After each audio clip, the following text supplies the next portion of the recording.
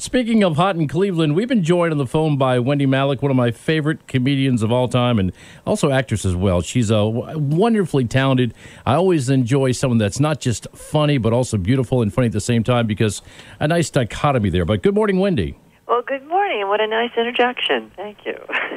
Huge fan of the days of Just Shoot Me, and it was fun. It's been fun to watch the characters from that show, the actors, go on to other projects, including yourself. And back then, that was a great cast of folks.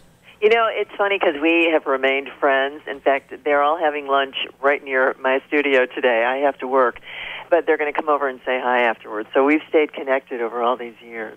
I think that's what works at any show, is when you can sense that inner peace and that inner tranquility and that friendship, because it transcends. Because I think as a viewer, you can pick up on facial expressions and also body language and a comfort level. And on Just Shoot Me, and now on Hot in Cleveland, it just seems to fit. The cast just seems to jive. Yeah, it's true. And I think when people actually can feel that at home watching it. I know I can when I watch other casts too. You can tell when people are kind of on their own road and kind of doing their thing and sort of showboating.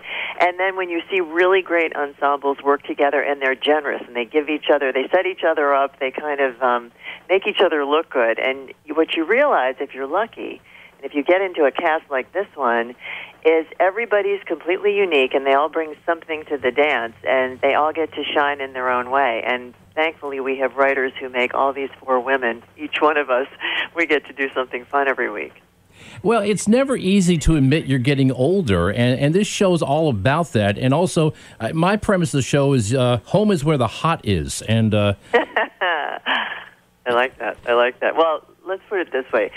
Gloria Steinem just turned 80, and every decade she says, this is what 50 looks like, 60 looks like, 70 looks like. And I have been a huge advocate for women owning their years for a long time.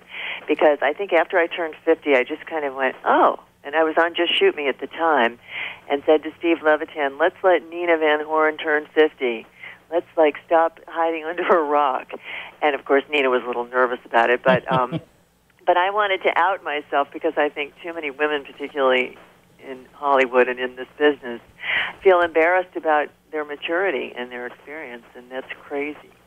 Yeah, and I think the thing that we as males like in females is the fact that they do carry their own, and they do own themselves. You want someone to be comfortable in their own skin. And absolutely. I think that's so true. I think that is so true. And a show like yours, it really empowers people through comedy and through stuff to really to laugh at themselves. We all have faults. We all have those mornings in the mirror when we're not as pretty as we used to be, or the wrinkles are showing, the gray hairs, and you got to face life. Right, and you look in the mirror and go, what just happened? Wait a minute, that's not me. Our characters, for the most part, I mean, Betty's the sanest one of the bunch, but we kind of make fun of ourselves, and it's kind of poking fun at how vain we women can be, and men too sometimes. But the hope is that we just don't take it all so seriously. All right, you're coming into a cool thing. You're coming into your 5th season, which is incredible nowadays. Everything's so disposable. So a 5th season nowadays, it's a milestone. It's unbelievable. And this is like the little engine that could. I didn't know where TV Land was when they called me about this job. And it was just kind of an enormous surprise at how we hit the ground running and people really came to this place they'd never heard of before. And we were really, really lucky. We as Betty said, she couldn't believe that she struck lightning like a third, fourth time, whatever it is. She's done so many shows. But yeah, we are heading towards our 100th episode. Isn't that insane? And that's the mile mark for syndication, right? Yeah, and we were already bought for syndication last season. Wow. So we'll hit 100 soon. So in September, we'll be all over the place. Which is good because, I mean, I'm 53, and I like going back and watching shows that... Oh, you're a youngin', aren't you? Yes, ma'am. Yes, ma'am. Shows that inspired me and that raised me, basically. And I like going back and picking up the reruns of old shows because that's my time. And I think folks that are picking up your show now, 20 years from now, will get a chance to go back and watch it. Yeah, I think so too. And Valerie, as Valerie said, it's like comfort food. And oftentimes people will come up to me in the airport or on the street and say, "Thank you so much for helping me laugh before I go to sleep at night." Because the world is a very challenging place sometimes, and I know that that's what Jon Stewart does for me. You know, it's just nice to sort of let some of the steam off before you conk out at night. Well, TV, those characters, they become our friends, our confidants, that, like you said, the comfort level, the comfort food. And you're actually doing something cool this Thursday. I don't have all the details, but it says a live episode this Wednesday. Yes. It's actually Wednesday night. Nobody does live. Nobody does live. Well, a few people do. We did it last year. It was our season premiere last year, and we had so much fun. We were all kind of going, "Oh my God, oh my God, oh my God!" And it is nerve-wracking, but it's thrilling, and we have a fabulous cast. So Wednesday night we're starting our season out live, and we have you know who Ken Jeong is?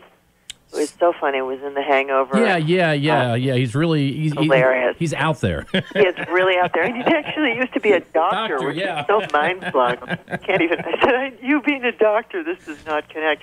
But Georgia Engel's back, and Dave Foley, and wow. Constance Zimmer. We have a really fabulous group. So we've been laughing a lot as we rehearse, and it's going to be fun. It's like being shot out of a cannon. What's great about TV Land is they don't put all you guys out to pasture. There's still so many great scenes to be shot.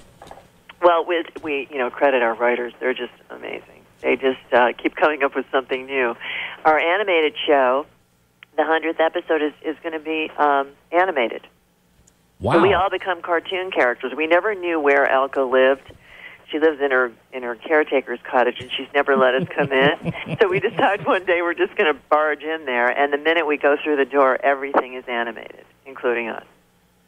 It sounds like you guys are having a lot of fun. You're just trying to, and with all the news and all the stuff going on in the world, we need brevity. We need some sort of escape from all the everyday life. I second that. Yep. And some other things you're involved with, and one that really touches my heart. You personally are involved with the Humane Society, which is a great cause. And I just hear and see so many stories on Facebook or sent to the radio station. I think folks need to learn more about what's going on in this world. Oh, I absolutely agree, and everybody can take a little piece of it. There's just a world of need out there, and my particular focus has been on the environment and on animal protection issues, and the Humane Society is just an amazing. They and SPCA and so many other groups, but we just need to take better care of each other, and it starts, I think, with animals. You know, if you're lucky enough to have been a kid who was brought up with a dog or a cat, but particularly dogs, because for me, that was my sort of background. It just is your lifelong companion. You'll never have a loyaler friend, and I urge people out there to adopt. Please go and rescue an animal. If you don't have a critter in your life and you can take care of one, it just makes a huge difference, and it makes you a kinder person to the people in your life. And for a young child, it also teaches responsibility and that you have somebody depending on you, and you can depend on them. And empathy. Children need to be sort of taught empathy and shown that in a real concrete way, and that's such a wonderful way to do it. Well, we appreciate you for all your work behind the scenes, helping out those folks that need help, and also, once again, your comedy. You're a beautiful woman, but you bring a great comedic sense to what you do, and it's fun to watch someone pretty make fun of themselves. Well, thank you for saying that, and it's been a pleasure talking to you. All right, stay hot in Cleveland. I will do that. I'll do my best. Thanks, Wendie. Bye-bye. Bye-bye. There you go. Wendie Malick. 104.1 FM, this is Jerry Sally, 911 now.